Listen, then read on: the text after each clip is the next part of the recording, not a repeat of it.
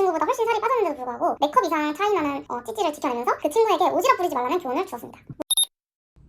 안녕하세요 여러분, 영쿵입니다. 제가 지금까지 다이어트 방법에 대해서 영상을 업로드 안 한 이유는 제 방식이 정말 특별하지도 않고 또 안 좋게 보실까봐 하는 마음이 있었어요. 본격적인 영상에 앞서서 먼저 선수를 치자면 저는 다른 다이어트 유튜버분들처럼 완전 정석의 건강한 다이어트가 아닌 빠른 기간 감량한 단기 다이어트였어요. 또한 제 다이어트 방법은 완벽한 이론적이며 체계적인 방법이 아닌 주관적인 경험에 의한 저만의 야매 방식이니까 불편하시다면 전문가분들의 채널을 참고하시는 것을 추천드립니다. 또한 사람마다 체질과 체형이 다르듯이 누군가는 저보다 느리게 빠질 수도 있고 누군가는 저의 다이어트 방식이 안 맞을 수도 있다는 점을 알려드립니다. 요즘은 단기적으로 빼는 거를 많은 분들이 욕하시더라고요. 저는 학창시절에도 한 달 동안 8kg를 뺀 적이 3번이나 있었어요. 그때는 석식을 많이 먹기 위해서 여름방학 때 잠깐씩 먹기 위해서 뺀 거였어요. 근데 아이러니하게도 제가 실패했던 모든 다이어트는 장기적으로 건강하게 빼는 거였어요. 물론 장기 다이어트는 장점이 진짜 많은 좋은 다이어트라고 생각을 합니다. 단지 저랑 안 맞는 거였어요. 저는 성격이 정말 급한 편인데 장기 다이어트는 결과가 바로바로 눈에 안 보이고 기간에 제한이 없다 보니까 계속 오늘은 먹어도 되겠지 라면서 합리화하는 날이 대부분이었고 한 달간의 장기 다이어트 결과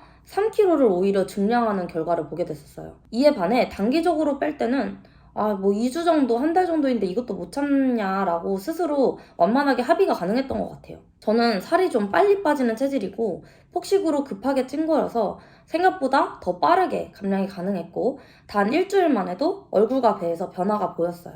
저에게 단기와 장기 다이어트는 조삼모사라고 생각을 해요. 장기로 꾸준히 1년 동안 천천히 빠지는 거, 한두 달 만에 훅 뺐다가 나머지 기간 동안 그냥 유지하는 거. 이렇게 생각을 하는데 대신 단기로 빼면 더 빠르게 결과를 볼 수 있다는 거. 거기서 저는 다쿠를 선택한 것입니다. 물론 사람마다 나이나 체질, 체형에 의해서 단기로 빼는 게 살이 처질 수도 있고 무리하게 할 경우에는 건강에 해가 될 수도 있다는 점을 꼭 유의해 주셨으면 좋겠습니다.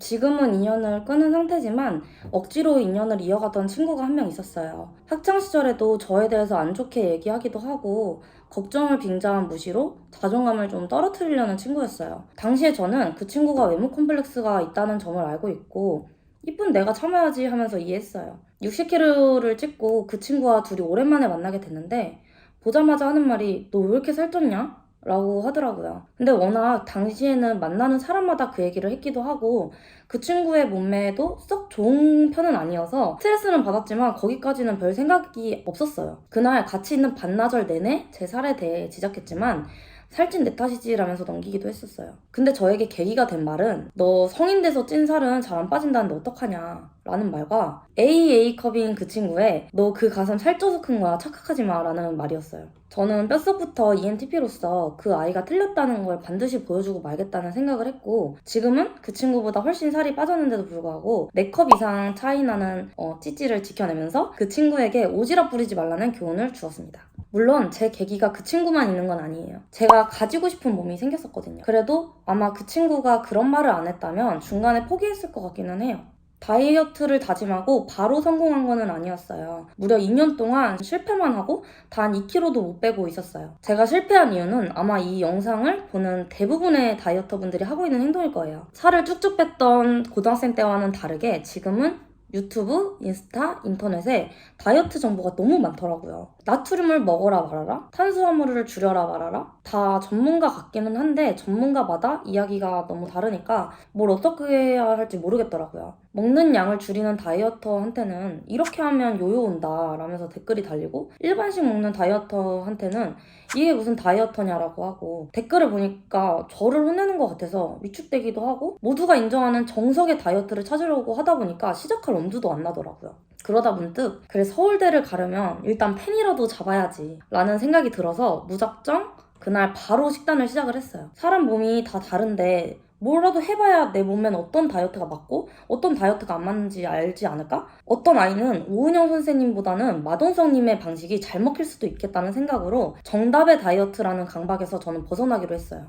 일단 이것저것 알아보면서 시간 보내지 말고 당장 내가 할 수 있는 걸 하고 있자라는 생각으로 야식이랑 술을 끊고 폭식과 배달 음식을 끊었어요. 그랬더니 60에서 55까지 일주일도 안 되는 시간 동안 감량이 되더라고요. 아마 급하게 찐 살이고 매일 야식 먹고 술 마셔서 생긴 붓기가 많아서 금방 빠진 것 같아요. 그때는 체중만 준 게 아니라 얼굴이나 배를 보면 확연하게 차이가 느껴졌어요. 55부터는 그 일주일간 찾은 나에게 맞는 식단을 하면서 홈트 위주로 운동을 했었어요. 그렇게 다시 일주일 동안 제 키의 표준 몸무게인 53을 찍고 다이어트를 1차 종료 선언을 했습니다. 그 후 5개월간은 53을 유지하면서 술도 먹고 싶은 것도 먹으면서 지냈어요. 그러다 올해 3월 말에 갖고 싶은 몸이 생겨서 다시 다이어트를 결심했어요. 53에서 50까지는 2주 반 정도 소요가 됐고요.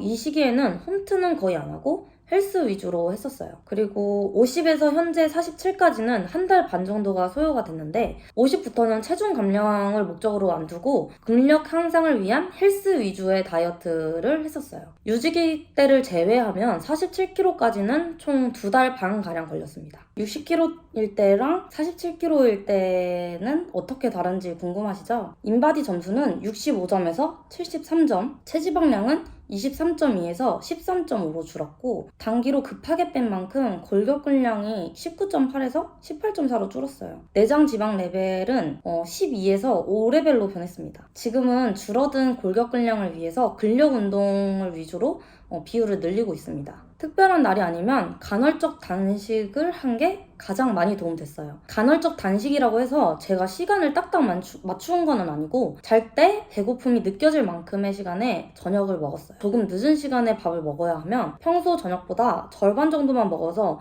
잘 때는 약간의 배고픔을 느끼려고 노력을 했어요. 식단은 60에서 55 구간에는 샐러드, 고구마, 소고기, 상추쌈, 마녀스프 등 다양하게 먹었어요. 55에서 53 구간은 아침은 다이어트 도시락, 점심 겸 저녁으로는 현미밥 2분의 1, 소고기 구이나 닭가슴살, 상추쌈 위주로 2끼를 먹어줬습니다. 중간에 혹시 너무 배가 고프면 삶은 달걀이나 고구마를 먹었어요. 53에서 47까지는 다이어트 도시락 혹은 일반식 적당량, 단백질 쉐이크, 샐러드 위주로 2끼 혹은 3끼를 먹었고 체중 감량이 목적이 아닐 때는 일반식이나 다이어트 도시락 위주로 먹었습니다.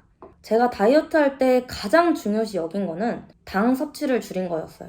음료류는 2달 동안 딱 2번 정도 먹은 게 다인 것 같고 술도 웬만하면 안 먹지만 혹시라도 먹게 되면 거의 제로 슈가 소주로 먹었었어요. 그리고 제가 감량기에 절대 안 먹은 음식이 있는데 바로 떡볶이입니다. 이것만큼은 진짜 정말 열심히 참아냈었어요. 학생 시절에 저는 러닝머신 40분 걷기와 마일리 사이런스 다리 운동으로만 감량을 했었어요. 저는 하체에 알배기는 느낌을 너무 좋아하고 상체에는 힘이 너무 없었거든요. 그래서 초반 홈트에서도 마일리 사이런스 다리 운동, 이지은 다이어트의 이 운동을 거의 매일 했고 추가로 소미핏 복근 운동을 진행했었어요. 그 시절에 유산소는 밖에서 30분 러닝을 주 3회 정도 했고 이 시기가 체중 감량은 가장 활발하게 잘 될 때였어요. 그 후 헬스를 시작할 때는 헬스 유튜버분들 영상은 진짜 웬만한 거 다 시청하면서 저에게 맞는 헬튜브를 찾기 위해 많은 시간을 투자했었어요. 제가 루틴을 참고하고 있는 영상은 이 영상들입니다. 저는 자세나 기구 사용에 관한 영상은 핏블리님 영상을 주로 봤었어요. 어려운 말 안 쓰시고 이해도 정말 잘 되더라고요. 그리고 PT 받았었냐는 질문이 정말 많았는데요. 저는 PT는 안 배우고 초반 OT로 기구 사용법만 한 3일 정도 배웠었습니다. 2년 전 다이어트를 하려 했을 때 PT를 끊어는 봤는데 안 그래도 자존감 낮을 때인데 자꾸 혼나기만 하니까 제 성격에는 너무 안 맞아서 하루도 못 가고 그냥 그만뒀습니다. 또 저는 원래 학원 다닐 때보다 독학할 때가 성적이 더 높은 누가 가르치고 혼내면 더 안 하는 성격 이라서 서툴고 틀리더라도 혼자 배워가면서 하는 게 제일 재밌고 좋더라고요. 그래도 혹시 통제해줄 사람이 필요한 분들 그리고 허리가 안 좋다 등의 몸 건강에 문제가 있는 분들은 꼭 PT를 받으시길 추천드립니다. 제 다이어트 전후 영상 보셨나요? 원래는 저랑 비슷한 스펙의 다이어터분들 참고하시라고 만든 영상인데 의도치 않게 좀 많은 분들이 보셨더라고요. 원래 취지랑은 좀 다르지만 그 영상을 보면 찐 게 낫다, 뺀 게 낫다라면서 굉장히 호불호가 갈리더라고요. 심지어는 서로가 서로를 이해 못하고 뭐 제 몸인데도 쪄라 빼라라면서 싸우는 기이한 현상이 벌어져 있었어요. 찐 게 낫다는 댓글이 여자들이 막 살찌우려고 거짓말하는 거다라고 생각을 하시죠. 저도 그런 편견이 있었는데요. 근데 실제로는 둘 다 예뻐요 같은 댓글들을 제외를 하면 쪄라 왜 뺐냐 이러는 댓글들은 90%가 남자분들이셨어요. 아마 다이어트를 성공하면 여러분들도 그런 말들 정말 무수히 들을 거예요. 실제로 통통한 걸 좋아하는 사람도 있고 평범한 몸을 좋아하는 사람, 날씬한 몸을 좋아하는 사람 등 진짜 정말 사람마다 취향이 다르잖아요. 그러니까 누군가가 빼라고 해서 빼는 거면 굳이 그러지 않아주셨으면 좋겠어요. 내가 이뻐하는 몸이 있다면 그 몸에 맞추세요. 전 제가 살찌니까 몸도 무겁고 허리도 아프고 무엇보다 다리가 좀 많이 저렸어요. 또 제가 이쁘다고 생각하는 사람 중에는 제 몸은 없더라고요. 갖고 싶은 게 있으면 돈 모아서 사듯이 저는 제가 갖고 싶은 몸을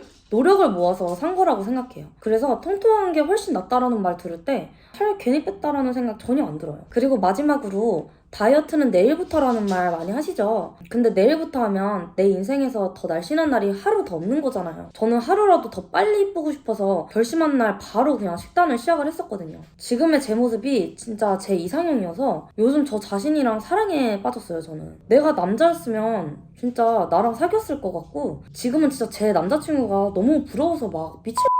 여러분도 이 영상 다 봤으면 지금 바로 나가서 공원 5바퀴라도 뛰던가 아니면 나가지 못한다면 일어나서 스쿼트 50개라도 좀 해보세요. 그럼 지금까지 지극히 주관적인 긴 영상 봐주셔서 정말 감사하고 다음번에는 여러분이 가장 궁금해하시는 제 찌찌 이야기로 찾아오겠습니다. 감사합니다.